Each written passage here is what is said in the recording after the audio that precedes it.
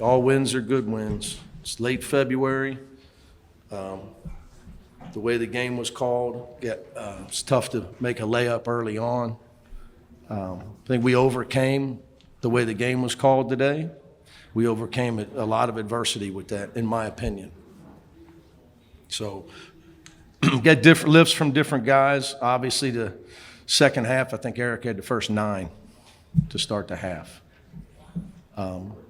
which got us extended the lead for us. So our passing was better in the second half, hence our offense was better, 52% from the field in the second half. So we wanted to make sure we didn't lose this game at the three-point line. So we did a pretty good job.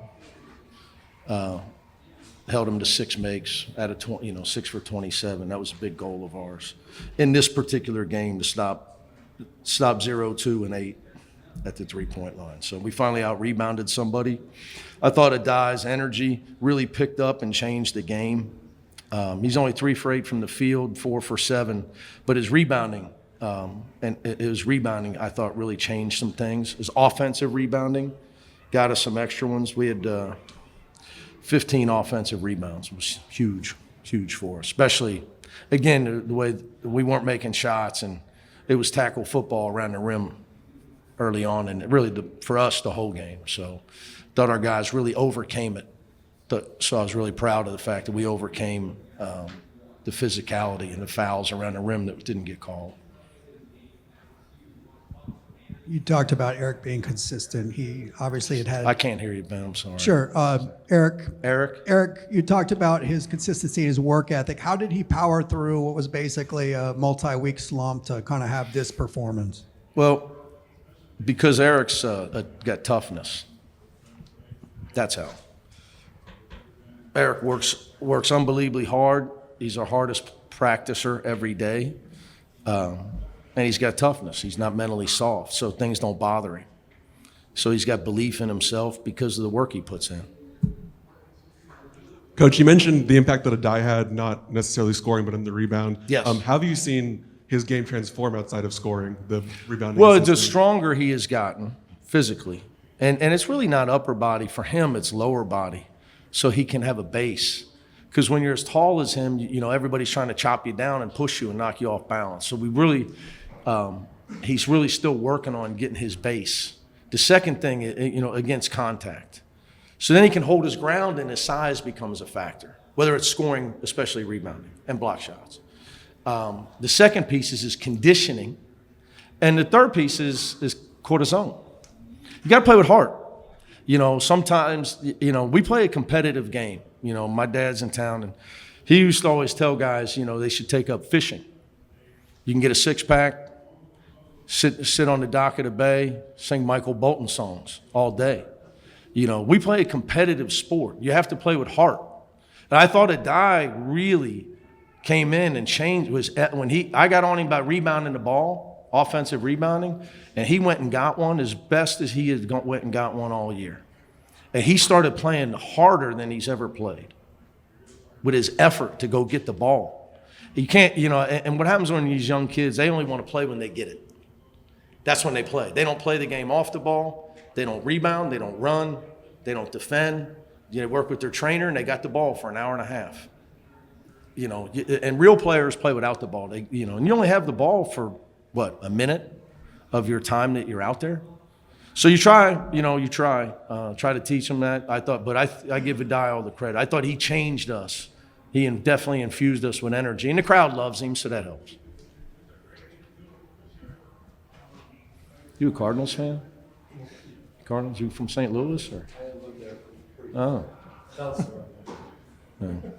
Coach, what can you say Just about so Kobe the Dodgers are better than Cardinals.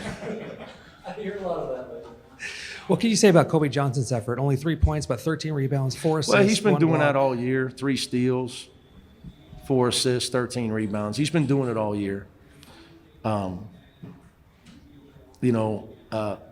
Sometimes the ball don't go in.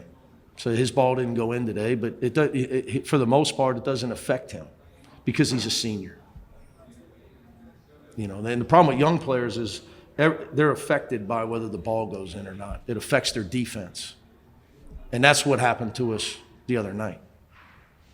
we forgot to play defense because the ball wasn't, we were missing free throws, the ball wasn't going in. So if you're going to make any type of run, you're going to have to win a game when the ball doesn't go in. We went to the Final Four and we scored 51 points, 52 points to beat the number 2 team in the country was Michigan that year. I think we beat them 52-50 or 51-49. So you got to be able to win when the ball doesn't go in. So Kobe keeps playing when things don't go his way. That's what veteran guys do, and that's what really consistent winners do. So as a coach, that's what you're striving for all the time. And I thought our guys did a great job again. That's why I split up of handling adversity of the lack of fouls that were being called in the first half, and around the rim the whole game. Because you could cry and talk about the officiating, but that's a losing trait. So they really fought through it. I'm really proud of them. And what can you tell us about those 5 days between that last game and I guess the way practices went up until this Nothing game? different. We were off Wednesday.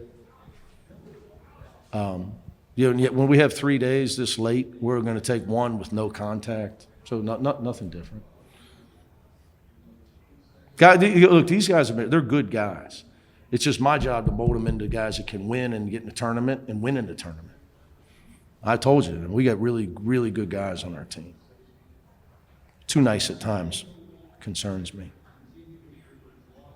Yeah, Coach, first I got to say, I don't know anybody who sings Michael Bolton songs Neither do I. while fishing. Do you a fisherman? No. Oh, either am I. So neither of us would know. So 500 wins. Is it sunk in? What does it feel like?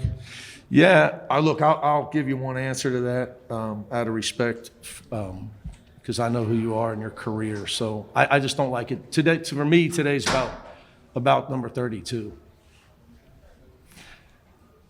So it means I'm old. When you first start coaching, you don't dream you're going to be the coach at UCLA.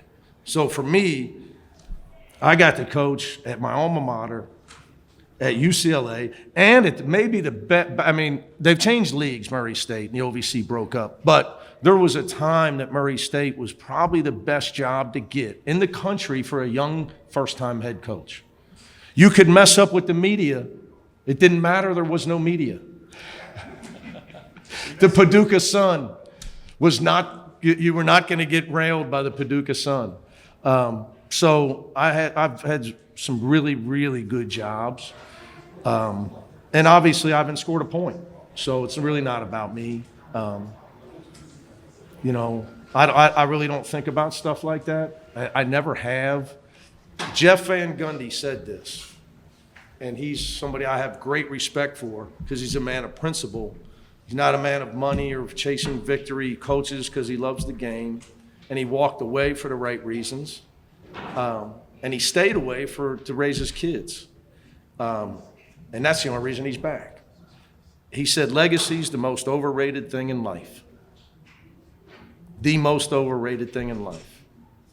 So being a good, what I tell these guys, being a good father and a good person, when they lay you down to lower that casket, okay? I haven't done this with these guys, but I've done it with some teams. Like we had a fake funeral. So when they lay me in that casket, somebody said, well, he won this many games, and the all-time win leader is Mike Krzyzewski in the men's side.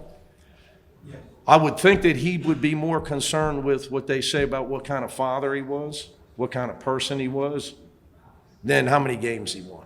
Because I got news for you, okay? There's a lot of government people in the last week or so that have had their jobs taken from them by our own people.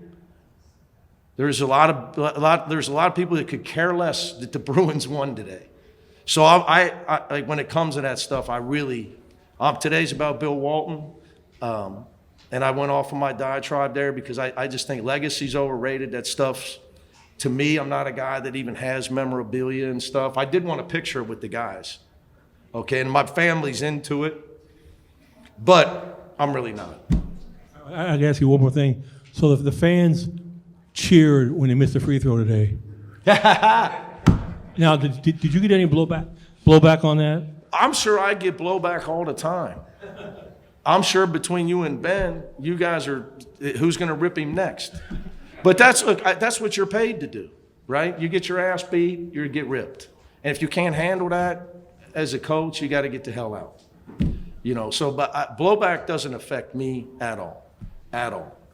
You know, look, I got a lot of friends. Some people are here today, and these guys at El Cab, where I'm a member, I have to, in the summer, I got to listen to them bitch about Coach Roberts. The guy's one of the best managers of all time. He's winning World Series without his best pitcher. Without his best players. He's got guys injured. And these guys, all they do is complain. I'm like, you guys are unbelievable. But what the hell you want the guy to do? Did Urias he didn't get Urias arrested 2 years ago, right? I mean, you know, so blowback, it's coming. You get your whole team get hurt. I guarantee you Greg Gard's team lost a 17-point lead. My dad's on his phone. He's like, people are calling for Greg Gard's job. I said, what the hell are you reading that stuff for? But he's old, and he gets his sports updates. He likes to read that stuff. You know, they got to build a statue of Greg Gard, you know, for as long as he stayed there and the winning that they do. But you're never going to make everybody happy. So, yeah, I'm sure I get blowback for a lot of stuff. I mean, that's the way it is. I don't worry about that stuff. And I worry about when Sky and Eric are 28, not right now. Are they going to say that I cared about it? Enough to be hard on them and try to teach them right from wrong. And sometimes I say stuff I shouldn't say. I'm well aware of that. I can be too hard on them. Okay, but I'd rather err on that side because I wake up worrying about what they think when they're 28, not when they're 18. When they're 28, what was Mick Cronin all about? Did he let me do things I shouldn't have been doing just because I was scoring points for him? Or did he sit me down and try to change my ways as a man? And to me, that's way more important than winning 500. Thanks, guys.